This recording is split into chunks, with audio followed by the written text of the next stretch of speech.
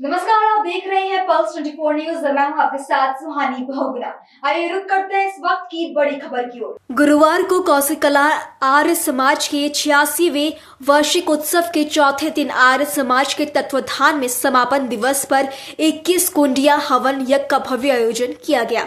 इस अवसर पर यज्ञ के ब्रह्मा बने आचार्य आनंद पुरुषार्थी ने आर्य कन्या गुरुकुल की छात्राओं के साथ आर्य समाज की वैदिक विधि विधान से 21 कुंडों पर बैठे 84 यजमानों को हवन यज्ञ करवाया। इस मौके पर कैबिनेट मंत्री प्रतिनिधि नरदेव चौधरी, भाजपा नेता तरुण सेठ, भानु प्रताप ठाकुर सहित आर्य समाज से जुड़े आर्य समाजियों ने बढ़ चढ़कर हिस्सा लेकर हवन यज्ञ को सफल बनाया। यज्ञ के ब्रह्मा आनंद पुरुषार्थी ने महर्षि स्वामी दयानंद सरस्वती के विचारों और दुनिया में उनके द्वारा किए गए कार्यों और मन की शुद्धि से हवन यज्ञ से होने वाले लाभों से अवगत कराया। करीब 2.5 घंटे तक चले वैदिक हवन को यजमानों ने बड़ी ही शांति और भक्तिभाव के साथ संपन्न करवाया। पीछे अधिकतर मैंने देखा है कि आर्य लगा देते हैं, जैसे प्रकाश है प्रकाश आर्य, नरदेव है नरदेव आर्य, किसी भी जाति का हो। जब मैं चर्चा कर रहा था तो वो कहने लगे कि यार ये तो क्या बवाल है, नाम ही बदल दिया, जाति बदल दी, ये आर्य है क्या चीज। तो मैं उन्हें ये बता रहा था, आर्य कोई जाति नहीं है, आर्य कोई धर्म नहीं है। आर्य ऐसे श्रेष्ठ जो कर्म से श्रेष्ठ हो, जो जिनके गुण श्रेष्ठ हो और जिनका उत्तम स्वभाव हो, सर्वश्रेष्ठ स्वभाव हो, ऐसे कार्य करने वालों के, ऐसे मनुष्यों के समूह को आर्य समाज या आर्य सम्मेलन या आर्य इस तरह के प्रोग्रामों में शामिल किया जाता है और आर्य समाज कहा जाता है। जो पदों के हिसाब से जो काम हम करते हैं वो आर्य महान पुरुष कहलाते हैं। आर्य, अब इतिहास की बात करूं तो बहुत लंबा हो जाएगा। 18वीं शताब्दी से लेकर आज तक, क्योंकि जिस समय आर्य समाज की स्थापना हुई लगभग उसी समय हिंदुस्तान पे ब्रिटिशों का भी जोर चलना शुरू हो गया था और तभी अंग्रेजों के पैर जमने यहाँ शुरू हुए।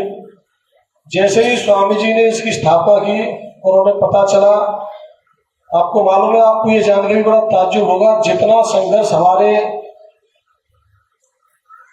धर्म दल के नेताओं ने किया, मैं कह सकता हूँ, या हमारे जो स्वतंत्रता आंदोलन में जिन्होंने हिस्सा लिया, शहीद भगत सिंह हो, सुखदेव हो, राजगुरु हो, अशफाकुल्लाह खान हो, उनके तमाम और साथी हो, महात्मा गांधी जी रहे हो जिन्होंने अहिंसा के रास्ते पर चल के इसका वो किया। लेकिन उन सबसे भी बहुत बड़ा योगदान भारत की आजादी में यदि था तो वो आर्य समाज का दयानंद सरस्वती जी का था, जिसे आपको पढ़ने के बाद पता चला। इसलिए था वो, क्योंकि हम पढ़ते नहीं, हम जाते नहीं। अभी गुरु जी बता रहे थे सारी बातें। आर्य समाज ने कोई छोटा मोटा परिवर्तन नहीं किया देश में।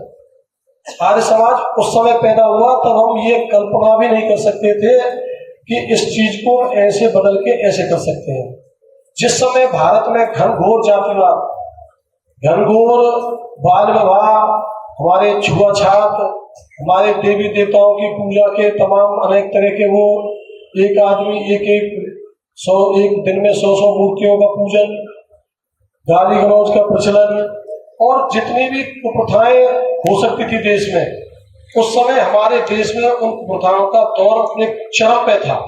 एक तरफ हिंदुस्तान गुलामी की जंजीरों में जकड़ जा रहा था और ब्रिटिश का अंग्रेज ये चाहते थे कि किसी भी तरह हिंदुस्तान को गुलाम बनाए रखें, और गुलाम तभी बनाया जा सकता है देश को जब कुप्रथाओं के साथ साथ हम इन्हें बहका के अपने राज में शामिल करते रहे।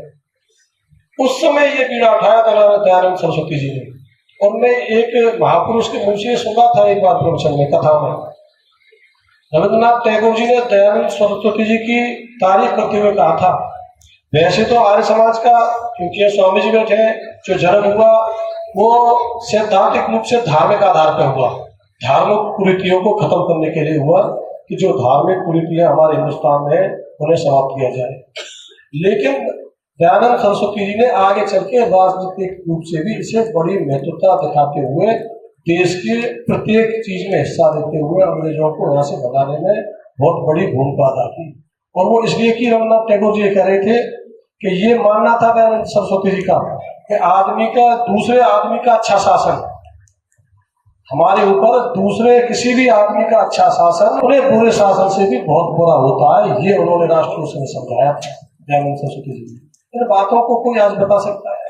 आज जो प्रश्न हुए, पाश्चात्य संस्कृति का इतना प्रभाव पड़ता जा रहा है। जब दयानंद सरस्वती जी ने जोर दिया और आर्य समाज अपने पूरे चारों तरफ जड़े फैला चुका था देश में, तो पाश्चात्य संस्कृति वेस्टर्न कल्चर जिसे हम कहते हैं पूरी तरह दब गया था। और आज वही वेस्टर्न कल्चर, चूंकि नौजवान दूर हो गए आर्य समाज की, मैं ये बात कह रहा था जो मैंने अधूरी छोड़ी थी। आर्य समाज के जब हम प्रोग्रामों में जाते थे तो प्रोग्राम में लिखा होता था रोड बैनर पे बहुत बड़ा महासम्मेलन, हजारों वो भाग लेंगे। मौके पे जाके देखे तो आर्य समाज को, मेरी बात को अन्यथा ना लें, मैंने ऐसी लोगों के कार्यक्रम में 10-10 आदमी आर्य समाज के केवल देखे। बड़ा अंदर से बुरा लगता था कि यार इतना अच्छा सामाजिक धार्मिक आंदोलन और हमारे देश को उत्थान करने वाला आर्य समाज के कार्यक्रम में लोग दिलचस्पी। ये थी इस वक्त की बड़ी खबर। ऐसी तमाम खबरों के लिए देखते रहें पल्स 24 न्यूज।